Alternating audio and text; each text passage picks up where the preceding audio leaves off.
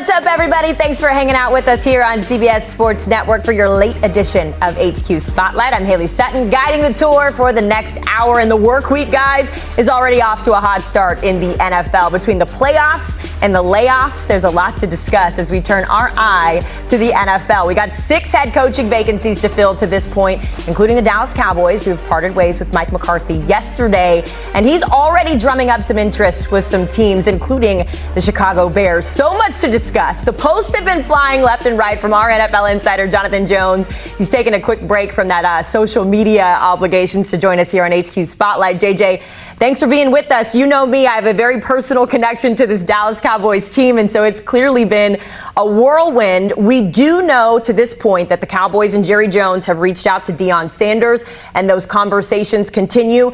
But Troy Aikman last night in the game that he called had some interesting comments that I wanted to point to your attention here just as we look at this conversation. He said, quote, "Whoever is covering or whoever is head coach of this team is certainly going to draw a lot of attention. But I think most football people that take over as head coach, they want to do it on their terms. It's hard to do. We know that the requirement of that coaching position in Dallas will have to contend with Jerry Jones. So that being said, what can you tell us? What's the latest? And who's going to fit that mold in Dallas?" Yeah, I mean, all great questions. And obviously Troy Aikman with fantastic perspective, as only truly Troy Aikman can have. Look, I know the question to him was that it was one of the most coveted positions in the NFL. And he pushed back against that. And I understand why in talking with folks around the league and observing what I observe. And frankly, it is in the eye of the beholder. I remember talking to Mike McCarthy at training camp about 2 years ago. And he reminded me of the great Billie Jean King quote that pressure is a privilege, that he has always sort of carried that mantra with him to Green Bay, one of the most storied franchises in NFL history, to, of course, the Dallas Cowboys, where Jerry Jones dangles your job over your head like the sword of Damocles. Well, what you have here is a job that has that star on that helmet. It is the most valuable sports franchise in the world, but it can be a circus. And I don't think that anyone, Jerry Jones himself included, would disagree with that. But boy, do they make money. And boy, if you win there, are you a legend. And so look, the roster, pretty good. They're going to have some big decisions to make, of course, with Micah Parsons at the top of that list this offseason. But the bones of this group in terms of the roster is pretty solid. If you believe in Dak Prescott, well, you got a quarterback. If you believe in how they acquire talent, whatever the GM is, and we know that Will McClay does so much in terms of scouting there for that group, they know how to get guys in there through the draft and through free agency. Maybe they just need to sign them a little bit earlier so that they're playing in training camp and into the season. And so with all of that said, is this a top job in the NFL? I don't know, just because of who you have to report to and that person being so meddlesome, but it is a job, a roster, an organization that until Dak Prescott sort of tore the hamstring off the bone 3 years earlier, they had won 12 games in each season. So you can do it, but it comes with other stuff. So because of that, Haley, and in conclusion, who could it possibly be? It would be someone who can handle all of that and get the wins. That's why Jerry Jones has some interest and intrigue in Deion Sanders at Colorado. What's an $8 million buyout to Jerry Jones, though he has said that Deion's secret weapon, of course, is NIL, and there's no NIL in the NFL.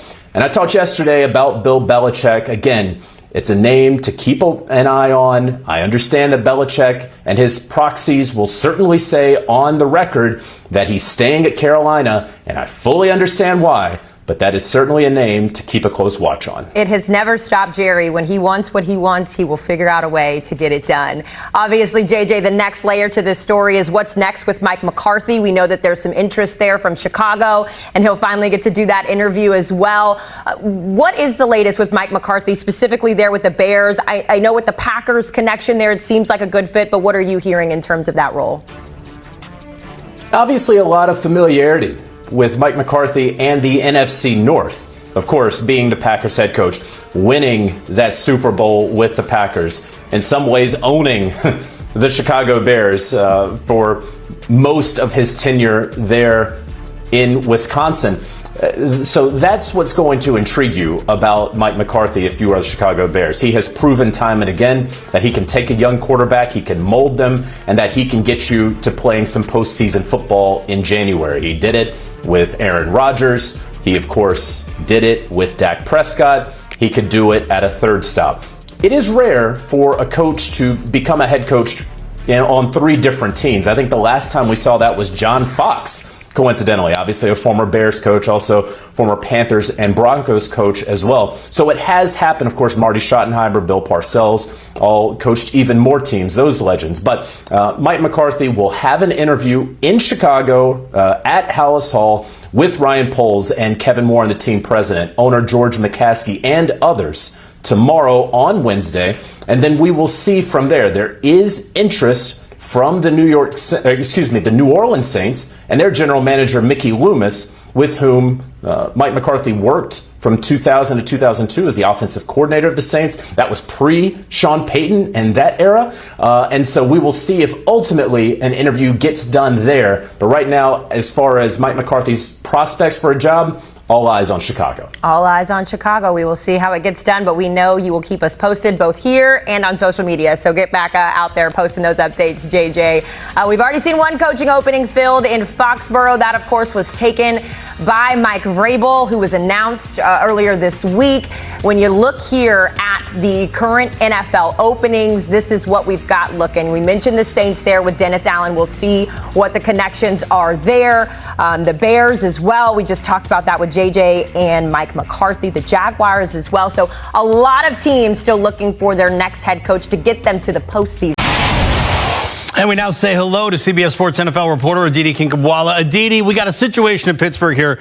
If we were anywhere else, it feels like Mike Tomlin would be on the hot seat at best, probably already gone in most places. But the Steelers, as we know, don't operate that way, never have. You have walked those halls as the Steelers reporter for the NFL Network. How would you describe Mike Tomlin's footing in Pittsburgh after another postseason one and done? Russ, you just called it 100% secure. There is complete job security for Mike Tomlin, but we're sort of missing the point when we sit here and we talk about Mike Tomlin potentially being fired or Mike Tomlin potentially being traded. It's not happening. The Rooney family is not going to eat the amount of money that's left on his contract. It's not their style. And let's be honest, Mike Tomlin is one of the premier elite coaches in the National Football League. That does not, however, mean that there aren't areas to potentially get a little bit better at. Look, Bill Walsh very famously said that any executive should have essentially a 10-year lifespan. Now, we've seen many coaches like Bill Belichick, like John Harbaugh, still have a strong message beyond that 10 years, but there's an evolution in that, or there's a great quarterback in that. Mike Tomlin hasn't had the great quarterback for some time, and also the message in certain ways is not evolving. And so here's the thing. We laud Mike Tomlin for constantly having these non-losing seasons. But when you have these middling, one-and-done playoff or non-playoff but non-losing seasons, because of course the Steelers haven't won a playoff game in 8 years, then what you don't do is roll the roster. And Russ, every great team that I've ever been around has very strong, authentic player leadership. And this is an area where the Steelers have been lacking. Mike Tomlin can certainly do something to set culture, but he also needs the players in that locker room to do that. And that roster, like I just said, hasn't been rolled for a very long time. Another area where Mike Tomlin needs some help is accountability. Look, we've seen it with George Pickens. George Pickens has been late since he arrived to the Steelers. He doesn't show up on time to meetings. He doesn't show up on time to games.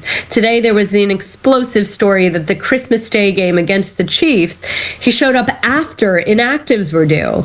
Mike Tomlin wouldn't even answer that question straight up. At some point, just fining a player is toothless.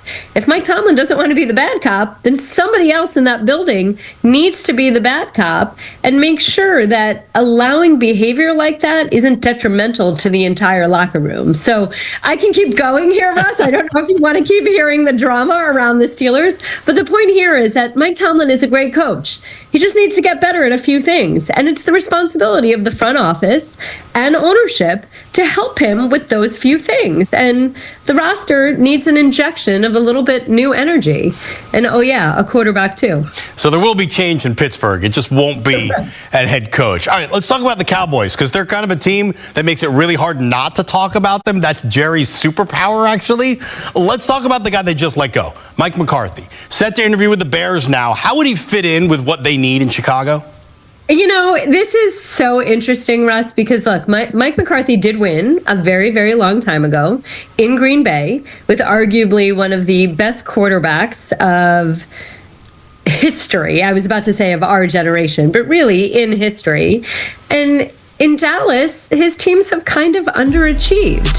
So now you sit here and you think about Chicago and who Chicago has generally been and who Chicago wants to be. And do they want a complete cultural reset? And do they want a coach who is going to spend the next 10, 15 years potentially with Caleb Williams? And is that really Mike McCarthy?